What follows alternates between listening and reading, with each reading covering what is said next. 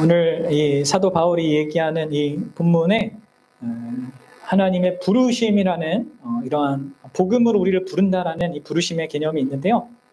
오늘 이 시간에는 하나님의 부르심에 대해서, 특별히 효력 있는 이 부르심에 대해서 생각해 보고자 합니다. 지난 시간 우리가 예수 그리스도께서 값주고 사신 그 구속에 어떻게 참여하게 되는가, 그것을 함께 생각해 봤습니다. 그것이 어떻게 가능하다고 했습니까? 예수님의 그 값주고 사신 구속에 우리가 그 구원의 혜택을 어떻게 받아요? 우리가 무언가를 해서가 아니라 성령 하나님께서 그 값주고 산 구속을 우리에게 적용시켜 주셔서 어떤 일이 벌어진다고 했어요? 예수 그리스도와 우리가 연합되는 일이 벌어진다, 이렇게 얘기했습니다. 그러니까 여러분들, 하나님의 구원은 구원이라는 어떤 선물 보따리를 우리에게 딱 던져주고 가는 것이 아닙니다. 그 성령께서 우리의 마음 가운데 복음으로, 말씀으로 함께 찾아오셔서 우리의 존재와 예수 그리스도의 존재를 결코 끊어지지 않는 그 연합으로 묶으시는 겁니다. 이게 그리스도와의 연합이란 말이에요. 그래서 여러분들, 이 연합이 얼마나 중요한가 얘기를 드렸죠. 그래서 우리가 교회의 그 내적 특성을 얘기할 때 그 거룩성도 이 연합에서 나온다고 우리가 또 오후에 배우지 않았습니까? 이 그리스도와 연합은 삼위 하나님께서 우리를 사랑하시는 그 사랑의 궁극적인 열매입니다. 또 이 연합은, 그리스도와의 연합은 믿는 자가 자기 정체성을 어떻게 가져야 하는지, 예수 그리스도와 결부된 나, 또 교회로서 살아가는 나라는 이 자기 정체성을 규정하는 아주 중요한 내용이고, 더불어서 이 연합은 뭡니까? 그러한 그죠? 그리스도와 연합된 나와 그 교회로서 살아가는 나라는 이 두 가지 확고한 나의 정체성을 갖게 하는 이 중요한 실제라고 했어요. 그리고 이러한 이 연합을 잘 표현해준 단어가 뭐라고요? 그리스도 안에서라는 이 용어란 말이에요. 그래서 여러분들, 성경에서 여러분들 그리스도 안에서라는 이 단어를 볼 때마다 여러분들이 그리스도와 연합을 생각할 수 있어야 됩니다. 그리고 그 용어만 하나 바르게 알아도 여러분들이 성경을 읽는 그 시야가 확 열리는 거예요. 주 안에서, 그리스도 안에서, 예수 안에서, 이런 표현들이 무엇을 의미하는지 알아야 되는 거죠. 자, 그럼 이제 오늘 31문을 가지고 효력 있는 부르심을 배우고자 하는데, 이게 연결이 있겠죠? 어떤 연결이 있겠습니까? 그러니까 30문은 이 그리스도의 연합이랑 우리 구원에 있어서 가장 중요한 어떤 핵심을 딱 얘기해놓고, 이제 31문에는 이 연합이 어떻게 시작되는가, 이거를 말해주는 게 31문이에요. 그리스도와의 그 연합이 어떤 식으로 출발되는가, 시작되는가, 이걸 얘기해 주는 거죠. 자, 우리 31문을 한번 보겠습니다. 효력 있는 부르심은 무엇입니까? 답 한번 읽어봅시다. 시작. 효력 있는 부르심은 하나님의 성신께서 하시는 일로서 우리의 죄와 비참함을 깨닫게 하시고, 우리의 마음을 밝게 하여 그리스도를 알게 하시고, 우리의 의지를 새롭게 하셔서 우리로 하여금 복음 가운데 값없이 주시는 예수 그리스도를 영접하도록 우리를 설복하여 믿게 하시는 것입니다. 네. 그러니까 우리가 오전에 믿음에 대해서 배웠는데, 그 믿음이 있기 위해서는요, 성령의 역사가 있어야 된다고 했죠. 근데 그 성령의 역사가 구체적으로 뭐냐? 바로 효력 있는 부르심인 거예요. 자, 이 효력 있는 부르심을 또 다른 말로 유효한 부르심이라고도 부릅니다. 이게 이제 여러분들이 신앙서적을 읽다 보면 이런 것들을 자주 발견하게 돼요. 효력 있는 부르심, 효과 있는 부르심, 유효한 부르심, 뭐 이렇게 묘사가 됩니다. 이 효력 있는 부르심은 죄인인 우리가 영광스러운 그리스도와 연합을 실질적으로 경험하는 아주 중요한 재창조의 첫 순간이기도 합니다. 이 효력 있는 부르심 때문에 우리가 그리스도와 연합하게 되는 거예요. 다시 말해, 우리의 영혼이 은혜의 상태로, 은혜의 통치 아래로 들어가는 첫걸음이 이 효력 있는 부르심이란 말이에요. 이게 너무나 중요하고 너무나 우리에게 가치 있고 의미 있는 겁니다. 우리를 든든하게 하는 겁니다. 그래서 잘 알아야 됩니다. 그래서 아까 이 앞에 그 묵상 내용에 보여주지 못했지만 이 토마스 보스턴은 이 효력 있는 부르심은 하나님의 사랑이 가진 그 영원한 목적이 죄인에게 내려오는 첫 순간이자 우리 죄인이 그 부르심을 통해서 우리를 위해 예비된 영광을 향하여서 올라가는 첫 순간이다. 이렇게 표현했습니다. 너무 영광스럽죠. 하나님의 사랑이 가진 그 영원한 목적이 죄인에게 내려오는 첫 순간이고 또 이 죄인이 그 부르심을 통해서 그 하나님이 예비하신 영광을 향해 나아가는 첫 순간. 이게 부르심이란 말이에요. 그래서 오늘 우리는 이 효력 있는 부르심이란 것이 무엇인지 그리고 이 효력 있는 부르심이 왜 필요한지 그리고 내가 이 효력 있는 부르심을 받은 것을 어떻게 아는지 이것을 생각해 보고자 하고요. 결론적으로 이 효력 있는 부르심을 받은 자는 어떤 반응을 보이며 살아야 하는가를 적용적으로 간단하게 살피고자 합니다. 먼저 여러분들 효력 있는 부르심이 뭔가 이것을 좀 더 상세하게 알아봅시다. 이것을 여러분들이 잘 이해하려면 복음 전도와 관련해서 이 효력 있는 부르심을 좀 생각해 봐야 합니다. 그러면 좀 이해하기 쉬워요. 자, 우리가 누군가에게 복음을 전합니다. 그런데 우리는 항상 두 가지 반응을 갖게 되죠. 어떤 사람은 복음을 반응을 합니다. 복음에 반응하여서 예수 그리스도를 믿게 됩니다. 근데 어떤 사람은 그 복음에 전혀 반응을 하지 않아요. 물론 여러분들 그 반응이 없는 자들 가운데서는 나중에 반응을 하기도 합니다. 근데 그 중에 어떤 사람은 죽을 때까지도 반응도 안 하죠. 그런 경우도 있고. 또 어떤 사람은 처음에는 어느 정도 반응을 하는데 이후에 그 반응을 접어버리는 사람도 있어요. 사실 이 다양한 경우가 있어서 이 여러 경우의 수를 생각해야 하지만 최대한 단순하게 표현해보면 결국 두 가지란 말이에요. 뭐예요? 어떤 사람이 복음을 듣고 믿음과 회개의 반응을 보인다는 것과 또 어떤 사람은 그 반응이 없다는 겁니다. 이 두 가지입니다. 근데 여러분들 왜 이러한 차이가 나는 걸까요? 이 둘 사이의 차이를 만드는 가장 결정적인 사실이 바로 효력 있는 부르심이에요. 성령 하나님께서 하시는 이 효력 있는 부르심이 이 차이를 만드는 겁니다. 그래서 여러분들 좀 이 정리를 하셔야 되는데 우리 믿음의 선배들은 이 복음의 진리가 모든 사람에게 선포되어지는 그 역할 있잖아요. 우리 믿는 사람을 통해서 복음이 누구나에게 선포되어지는 이것을요. 성령님의 일반적인 부르심이라고 불렀어요. 혹은 외적인 부르심이라고도 불렀습니다. 일반적이고 외적인 부르심입니다. 그러니까 복음을 누구나 듣게 된다는 그런 측면에서 그러니까 믿는 자를 통해서 그렇게 하신다는 것을 일반적인 부르심으로 했단 말이에요. 근데 그 일반적으로 선포된 그 복음 진리가 모든 사람이 아니라 일부 사람에게만 효과적으로 효력 있게 적용이 됩니다. 그래서 이것을 효력 있는 부르심으로 구분한 것입니다. 또 이것을 내적인 부르심이라고도 하거든요. 이렇게 구분한 것이죠. 그래서 이 두 가지가 있는 것입니다. 자, 부르심이라는 것에는 이렇게 복음이 누구나에게나 선포되는 일반적인 부르심이 있고 그 외적인 부르심이 있고요. 그것이 선포된 자들 가운데서 그것이 효력 있게 역사하는 그 내적 부르심을 받게 되는 자들이 있는 것입니다. 이해가 되십니까? 그러면 우리는 이렇게 정리할 수 있죠. 복음의 부르심은 오직 일부 사람들에게만 유효하고 효력 있고 효과적입니다. 왜 그럴까요? 그것은 하나님께서 창세전에 택한 자들에게만 이 효력 있는 역사를 하시기 때문에 그렇죠. 택하심을 받은 자만이 그것을 경험하는 거예요. 그리고 이 말은 인간이 가진 그 어떤 조건도 이 효력 있는 부르심의 이유가 되지 않는다라는 말이기도 합니다.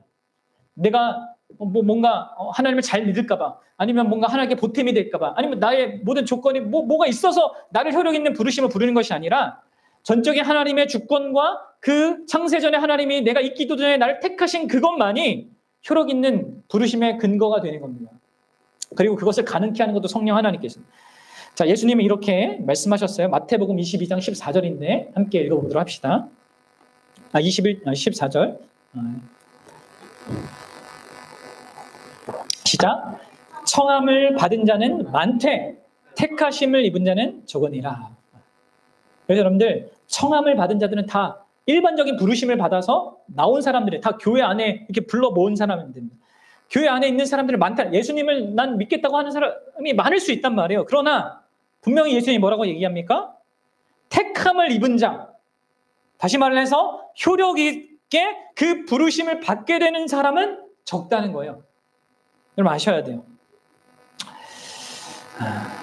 교회 안에 있는 모든 사람이 다 구원받는 게 아니고요. 그 안에 효력 있는 부르심으로 부르심을 받은 자가 구원받는 거예요. 이를 잘 보여주는 예가 있죠. 이 성경의 요한복음을 보면 예수님을 따르던 제자들 무리가 등장합니다. 근데 이 무리가 예수님이 계속 사역을 하다 보면 또 말씀을 전하면서 두 집단으로 나눠져요. 그래서 한 집단은요, 난 예수님의 말을 이제 더 이상 듣지 않겠다 하고 결단하고 그분을 떠나갑니다. 한동안 따라다니다가 그러니까 이제 그리스도께서 제자들에게 이렇게 묻죠. 베드로 이제 대표인 베드로에게 너희도 가론이냐? 그러자 그 무리의 대표인 베드로가 이렇게 얘기합니다. 요한복음 6장 67절에서 68절입니다. 예수께서 12제자에게 이르시되 너희도 가론이냐? 시몬 베드로가 대답하되 주여 영생의 말씀이 주께 있사오니 우리가 누구에게로 가오리이까? 그러니까 한 무리의 제자들은 처음에 믿다가 믿는 걸 포기하고 집에 간단 말이에요. 그런데 이 똑같은 말씀을 듣던 이 다른 무리, 베드로를 대표하는 그 무리는 계속해서 예수님과 함께 머물면서 더 많은 것을 듣고 싶어하고 그것을 즐거워하는 그런 상태로 있게 된다는 것이죠. 그러면 이게 무엇이 이런 차이를 만드냐? 이 베드로와 이 12제자가 뭔가 더 특별해서냐? 아니라는 거예요. 성령 하나님께서 한 무리에게는 효과적으로 역사하셨지만 다른 한 무리에는 효력 있게 역사하지 않았기 때문이라는 것입니다. 이에 대해서 예수님은 앞서 이런 말을 했습니다. 64절과 65절인데 보세요. 그러나 너희 중에 너희는 예수님을 따라다니는 제자들입니다. 제자 무리들인데 너희 중에 믿지 아니하는 자들이 있느니라 하시니 이는 예수께서 믿지 아니하는 자들이 누구며 자기를 팔 자가 누구인지 처음부터 아심이로라. 또 이르시되 그러므로 전에 너에게 말하기를 내 아버지께서 오게 하여 주지 아니하시면 누구든지 내게 올 수 없다 하였노라 하시니라. 보십시오. 여기서 하나님 아버지께서 오게 해 주어야 한다고 했죠. 어떻게 오게 하냐면 성령을 통해서 효과적인 부르심으로 오게 해 주셔야지만 우리가 예수님께 나아가는 겁니다.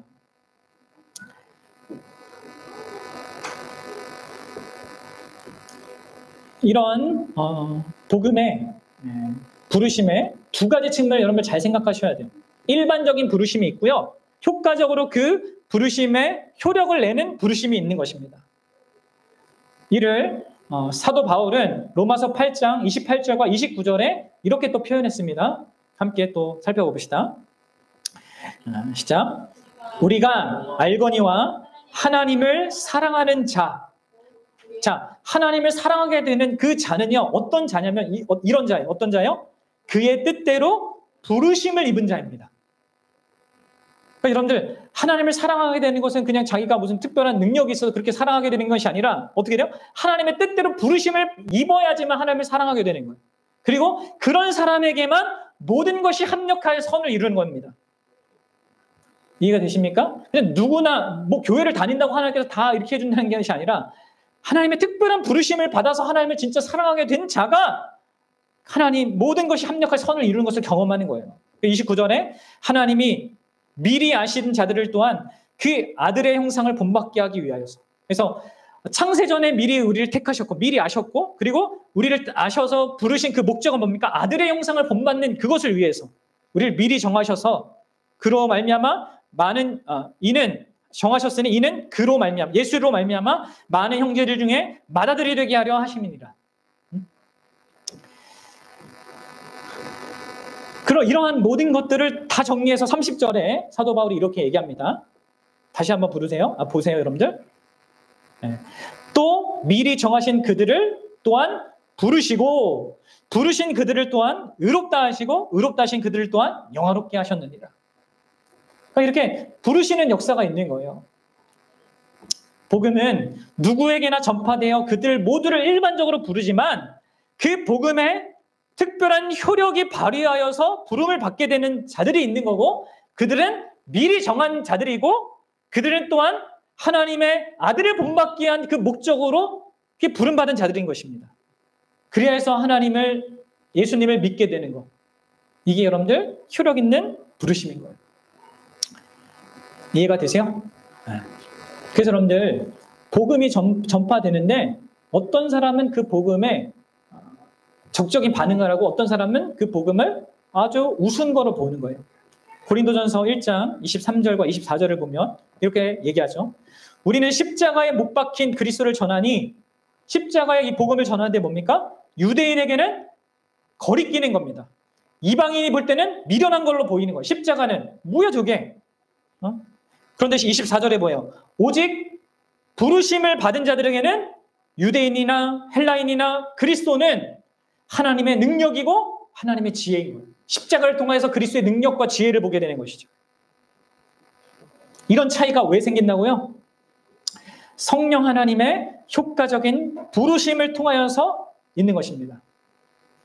사랑하는 여러분, 그리고 그 효과적인 효력 있는 그 부르심을 가장 현실적으로 우리에게 증명하는 존재가 바로 교회입니다. 교회. 교회라는 이 성경의 용어 자체가요, 문자적으로 부르심을 받은 자들이라는 뜻이에요. 에클레시아라는 이 용어가 부르심을 받았다라는 뜻입니다. 그리고 이것은 일반적이고 외적인 부르심이 아니라 효력 있고 내적인 그 부르심을 받은 것을 의미하거든요. 이게 여러분들 효력 있는 부르심으로 인해서 우리 눈에 보이는 그 현실로 있는 것입니다. 여러분들 효력 있는 이 부르심이 무엇인지 좀 알겠습니까? 다시 정리를 하면 이것은 성령 하나님의 주권적이고 은혜로운 역사로서 삼위 하나님께서 영원 전에 택하신 자들을 그 택하심을 따라서 행하시는 것인데, 복음의 일반적인 부르심으로 처음 그들을 부르시되 그 복음이 그 하나님의 택하신 자의 그 내면에 내적으로 실제적으로 효과적으로 효력 있게 적용하여서 나타나는 것. 그래서 그 복음에 자신의 전 인격이 합당하게 반응하게 되어서 그리스도와 연합하게 되는 것이요, 효력 있는 이 부르심인 거예요. 그래서 누가 예수를 믿고 믿지 않게 되는가를 가장 근원적으로 설명해 주는 것. 그래서 우리의 믿음을 결국 자랑할 수 없다는 확고한 사실. 이게 이제 이 성령 하나님의 효과한 효력 있는 부르심이 의미하는 겁니다. 자, 그러면 여러분들 이러한 효력 있는 부르심이 왜 필요할까요? 생각을 해보셔야 됩니다. 왜 성령 하나님께서 이렇게 역사하셔야 될까요? 그 이유는 우리가 가지고 있는 영적 상태 때문에 그렇습니다. 타락한 아담과 하와 이후에 태어나는 모든 인생들이 갖고 있는, 그 안에서 같이 범죄하고 그 안에서 같이 죄의 영향을 받는 우리의 이 영적 상태 때문에 우리는 이 효력 있는 부르심이 필요하는 거예요. 자, 로마서 8장 6절에 이렇게 얘기하죠. 이게 맞나요? 아까 다시요? 네. 요한복음 16장 8절이네요. 네. 요한복음 16장 8절이 이렇게 합니다. 그가 와서 죄에 대하여, 의에 대하여, 심판에 대하여 세상을 책망하리라. 그래서 그는 성령 하나님을 얘기하신단 말이에요. 성령 하나님이 우리 가운데 오면 죄에 대해서 드러내는 것입니다. 참된 의가 무엇인지 드러냅니다. 참된 심판이 무엇인지를 드러낸단 말이에요. 그 말은 우리 안에 죄라는 그 실체가 있다는 거예요. 그리고 그것 때문에 우리에게는 효력 있는 성령님의 특별한 역사가 필요하다는 것이죠. 자, 넘겨주셔서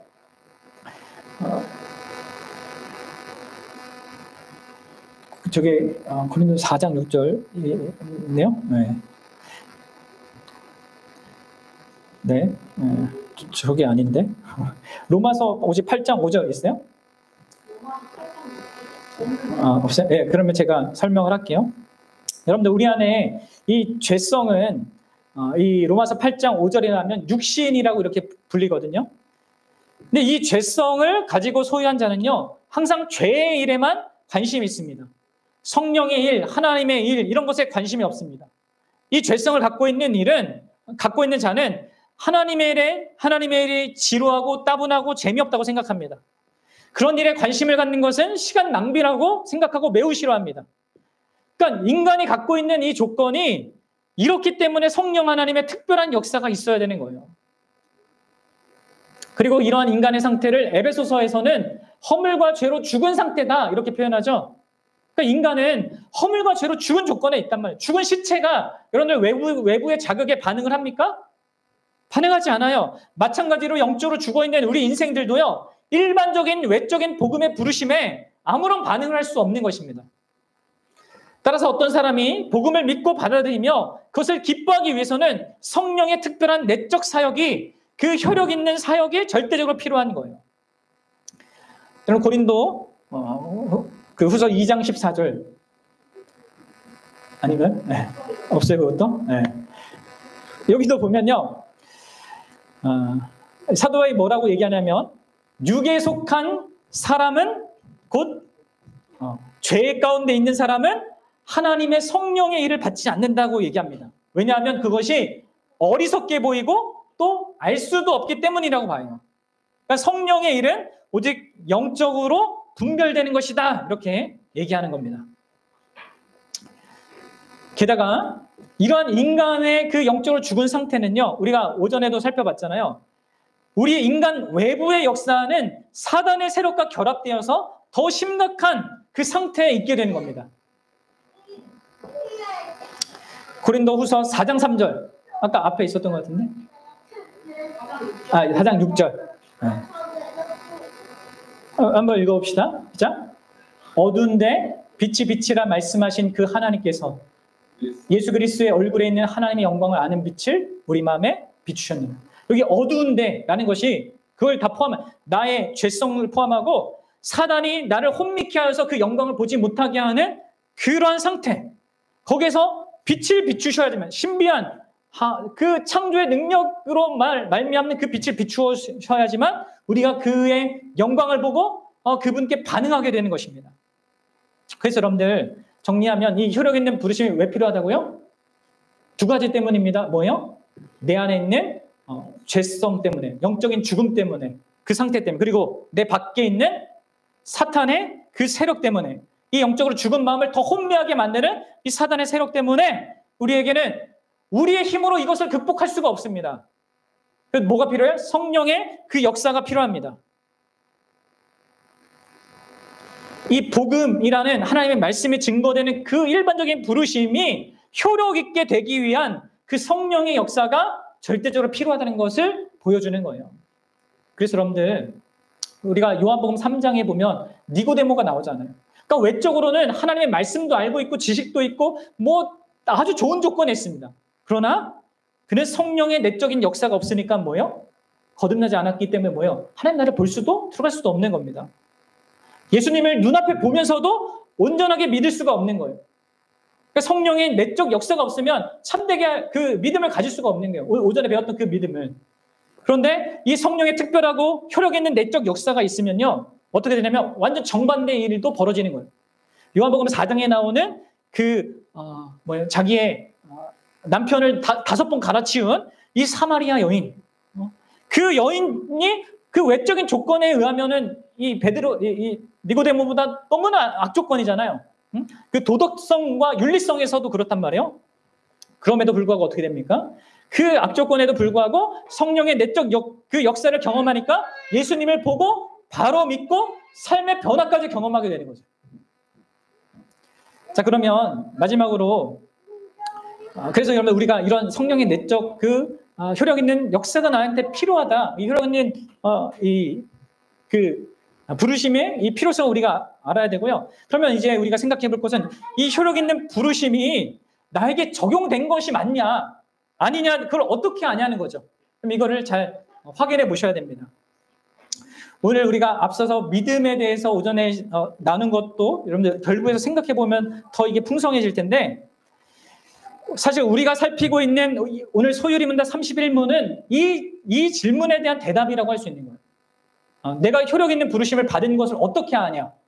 그럼 다시 질문 한번 보세요. 효력 있는 부르심이 무엇입니까? 뭐요? 효력 있는 부르심은 하나님의 성신께서 하시는 일로서 이게 있어야 돼. 이 세 가지가 있어야 돼. 뭐예요? 우리의 죄와 비참함을 깨닫게 하시고, 두 번째 뭐예요? 우리의 마음을 밝혀 그리스도를 알게 하시고, 세 번째 우리의 의지를 새롭게 하셔서 우리로 하여금 복음 가운데서 값없이 주시는 예수 그리스도 그분을 영접하도록 우리를 설복하여 믿게 하는 겁니다. 그래서 내가 효력 있는 부르심을 받은 자인가, 그 성령의 역사가 내 안에 일어났는가를 이렇게 확인하기 위해서는 이 세 가지 반응이 나한테 있는지를 확인해야 돼요. 나의 죄의 비참함을 깨닫는 것, 그리고 그리스도의 아름다움과 그 영광을 보는 것, 그리고 내 의지가 그분 전부를 받아들이게 되는 것. 이게 믿음이잖아요, 여러분들. 이것을 갖게 하는 것이 성령 하나님의 효력 있는 부르심인 거예요. 그리고 이것은 다른 말로 표현하면요, 여러분들, 나의 죄와 비참함을 깨닫는 것은 곧 나를 아는 것입니다. 내가 누군지를 진짜 알게 되는 겁니다.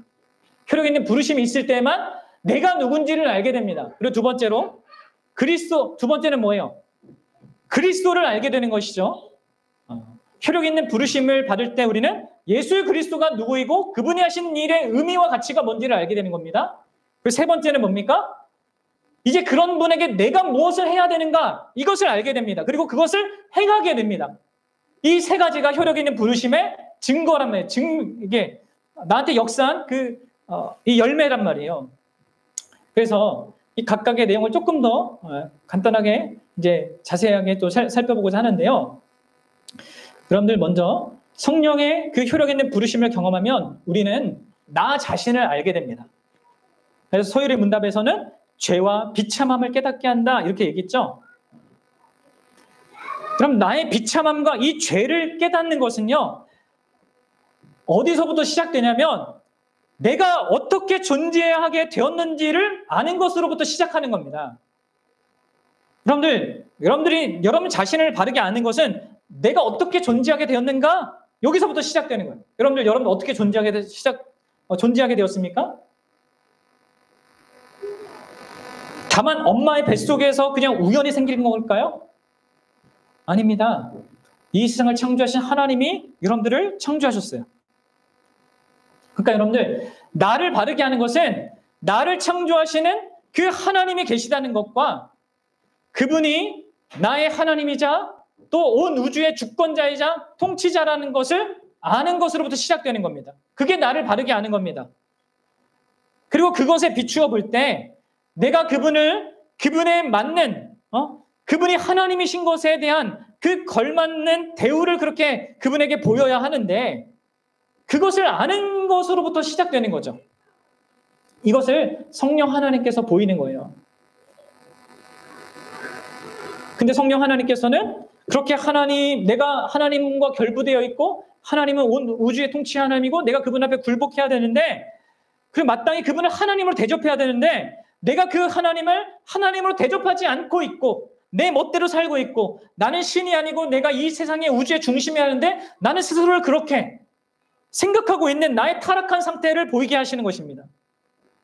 그리고 이 타락한 상태가 어디서부터 시작됐는지, 아담과 하와로부터 시작됐다는 그것도 보여주고, 그 타락한 상태가 얼마나 심각한지, 그리고 그 결론은 얼마나 끔찍한 그 지옥의 멸망인지, 이것을 보게 하면서 이렇게 자기의 죄와 비참함의 그 실상을 깨닫게 하시는 것입니다. 이게 성령 하나님께서 효과적인 부르심의 역사가 있을 때 내가 나를 알게 되는 나에 대한 바른 이해입니다. 그래서 나에게는 구원이 필요하구나. 나를 이런 상태를 내가 스스로 어떻게 할 수 없구나. 외부로부터 나는 도움이 필요하구나. 이것을 알 수 있는, 깨닫게 하시는 이 역할을 성령 하나님께서 하시는 겁니다. 그래서 이 두 번째로 성령의 효력 있는 부르심을 경험한 사람은 예수 그리스도를 보게 되는 거예요. 그래서 소율이 문답의 이를 우리 마음을 밝게 하여 그리스도를 알게 하시고 라고 이렇게 표현하는 겁니다. 그래서 아까 읽었던 고린도후서 4장 6절에도 우리 마음에 그리스도의 얼굴에 있는 하나님의 영광을 아는 빛을 비추신다 이렇게 말씀하는 것이죠. 그러니까 여러분들, 성령의 이 효력 있는 이 부르심은 창조주 하나님 앞에서 죄악된 나의 비참한 상태를 깨닫게 하는 것을 넘어서서 그런 나를 비참한 상태에서 구원해줄 그 존재를 하나님께서 예배해 주셨고 보내주셨다는 것을 또한 보게 하시는 역할을 하시는 거예요. 이런 성령 하나님의 효력 있는 부르심의 역사가 없으면 우리는 예수님을 온전히 알 수가 없습니다. 그래서 사랑하는 여러분, 이 효력 있는 부르심을 받은 자는요, 그래서 예수님을 보되 이 예수님이 능히 죄인을 구원할 수 있는 그 능력을 가지고 계신 것을 보게 돼요. 자신의 상태가 얼마나 비참하고 절망적이든 그리스도께서 능히 자신을 치료하고 구원할 수 있음을 알게 됩니다.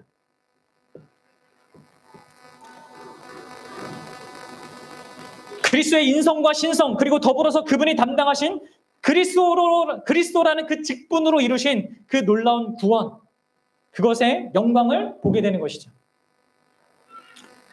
더불어서 그렇게 큰 능력을 갖고 계신 그 그리스도께서 또한 죄인을 기꺼이 구원하시려는 그 사랑과 긍휼이 풍성하다는 것도 보게 돼요.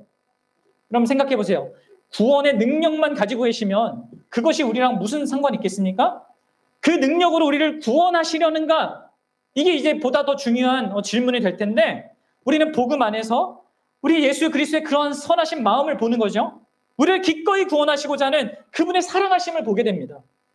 그래서 아무리 많은 또 악한 그 죄를 지은 나라 할지라도 그 사랑에 배제되지 않을 것을 알게 되고 소망을 갖게 되는 것. 이게 이제 그리스도를 보는 거란 말이에요. 그리고 세 번째로 이 효력 있는 부르심을 경험한 자는 결국 자신이 무엇을 행해야 하는지를 알고 그것을 행하게 되는 거예요. 그래서 뭐예요? 곧 자신의 마음으로 밝게 알게 된 이 예수 그리스도를 자신의 의지로 기꺼이 온 마음으로 받아들이게 되는 것입니다. 오전에 말했듯이 그분 자신으로 그분 전부로 받아들이고 믿게 되는 거예요. 여러분들, 그리스도의 그 영광을 보고 그분 전부로 받아들이는 그 의지를 갖게 되는 것이요, 가장 결정적인 효력 있는 부르심의 증거입니다. 그래서 여러분들, 이 의지가 나한테 있는가 보셔야 됩니다. 의지가 좀 약할 수도 있고 강할 수도 있겠지만 이 의지가 이전에는 없던 거거든요. 성령 하나님의 가장 강력한 그 효력 있는 부르심의 그 증거는 내가 예수 그리스도를 내 전부로 받아들이고자 하는, 그분을 주님으로 인정하고자 하는 그게 있는가, 이걸 보셔야 됩니다. 그래서 여러분들, 예를 들어서 앞에 얘기한 나를 아는 거, 그리고 그리스도에 대한 지식을 갖는 거, 이것은요 어떤 의미에서 아직 효력 있는 부르심 그 핵심부에 들어간 게 아니에요. 이건 어떤 의미에서 사탄도 귀신도 어느 정도 가질 수 있는 내용들이란 말이에요. 효력 있는 부르심의 가장 결정적인 증거가 뭐라고요? 나의 의지로 그리스도를 전부 받아들이는 것. 그래서 그분께 나를 헌신하게 되는 것. 그래서 그분과 연합하게 되는 것을 경험하는 것이요, 이게 가장 결정적인 효력 있는 부르심의 증거입니다. 그래서 여러분들, 어떻게 이렇게 자신의 안에 그런 효력 있는 부르심의 증거가 있는 것 같습니까? 나를 아는 것 같습니까? 하나님과의 관계 속에서, 창조주 하나님과 관계 속에서 나를 보는 것 같습니까? 그 관계 속에서 나의 비참함을 봅니까? 그리고 그런 비참함 속에 있는 나에게 유일한 해답이 되는 예수 그리스도를 봅니까? 그분의 능력과 그분의 기꺼이 나를 사랑하셔서 나를 구원하고자 하는 그분의 의도가 있음을, 그분의 사랑하심이 있음이 보입니까? 그래서 내가 진짜 나 전부를 그런 분에게 맡겨야겠구나, 그것만이 내가 유일한 구원받는 길이구나, 이것을 알고 기꺼이 그렇게 하고자 합니까? 여러분, 이 세 가지가 자기 안에서 다 발견된다면 그 사람은 효력 있는 부르심으로 부름받은 자인 거예요. 여러분들, 아직 자신 안에 효력 있는 부르심을 명확하게 하지 못하는 사람은요, 그것을 가질 수 있도록 하나님께 간구해야 돼요. 이것이요, 없으면 수십 년 교회를 다녀도 아무 의미가 없을 수 있단 말이에요. 그냥 일반적인 부르심 속에서 그냥 다닐 수 있단 말이에요. 그렇죠? 그리고 여러분들, 내가 효력 있는 부르심을 자기 안에서 확인했다. 이 사람은 여러분 어떻게 살아야겠습니까? 여러분들, 효력 있는 부르심으로 부른 사람은 그 예수 그리스도와 연합된 자입니다. 이 효력 있는 부르심의 목적이 뭐예요? 예수님과의 연합입니다. 그렇죠? 그렇기 때문에 그 사람은 예수님과 함께 살기를 힘써야 돼요. 그리고 예수님으로 인하여서 죄와 싸우고 예수님 때문에 예수님이 기뻐하신 그것을 향해서 나아가는 이 거룩성을 가져야 되는 것이죠. 우리가 배웠잖아요. 그리고 이 효력 있는 부르심을 분명히 받은 사람은 또한 교회의 하나됨을 위해서 힘써야 됩니다. 우리는 부르심 속에서 혼자가 아닙니다. 우리는 교회 공동체로 살고자 해야 합니다. 단독으로 존재하는 나와 하나님과의 관계만 생각하면 된다고 이렇게 생각하는 신앙생활은요, 우리의 부르심하고 합당하지 않은 것입니다. 오히려 하나님을 대적하는 이 방식이에요. 여러분, 공동체로 함께 기뻐하고 공동체로 함께 죄와 싸우고 공동체로 함께 그 거룩을 향해 나가는 것입니다. 이 거룩도 여러분들 공동체 안에서만 이게 영이 될 수 있는 거란 말이에요. 거룩하신 하나님의 공동체이듯이. 마지막으로 여러분들, 이 효력 있는 부르심을 받은 우리들은 이렇게 예수님과 함께 살고 교회로서 함께 살면서 죄인의 구원을 위해 복음을 전하는 자로 또 살아야 돼요. 하나님이 죄인을 이렇게 효력 있는 부르심으로 부르시는 통상적인 방법은 일반적인 부르심을 통해서 그렇게 하시는 것입니다. 이 복음 전도라는 일반적인 부르심을 통해서 그렇게 하는 거예요. 복음 전도의 일반적인 부르심에 성령 하나님께서 효력 있는 부르심으로 그것을 이렇게 바꿔주시고 역사해 주시기를 구하면서 우리가 복음을 전하는 겁니다. 그렇게 함으로 그러한 부르심의 삶을 살아가는 것입니다. 그래서 하나님이 택하신 그 백성이 하나님께 돌아오는 일을 같이 경험하게 되고 누리게 되는 그 일을 경험하는 것이 우리의 부르심을 받은 교회의 모습이라는 것입니다. 여러분, 저와 여러분들이 이 효력 있는 부르심이라는 것이 정말 무엇인지 알고 그것이 왜 성령 하나님의 역사로만 있어야 되는 그 필요성에 대해서도 잘 이해하면서 정말 그것이 나한테 발견된 그런 자들이 맞다면 정말 그 부르심에 합당한 자로서 이 땅을 살아갈 수 있으면 좋겠습니다.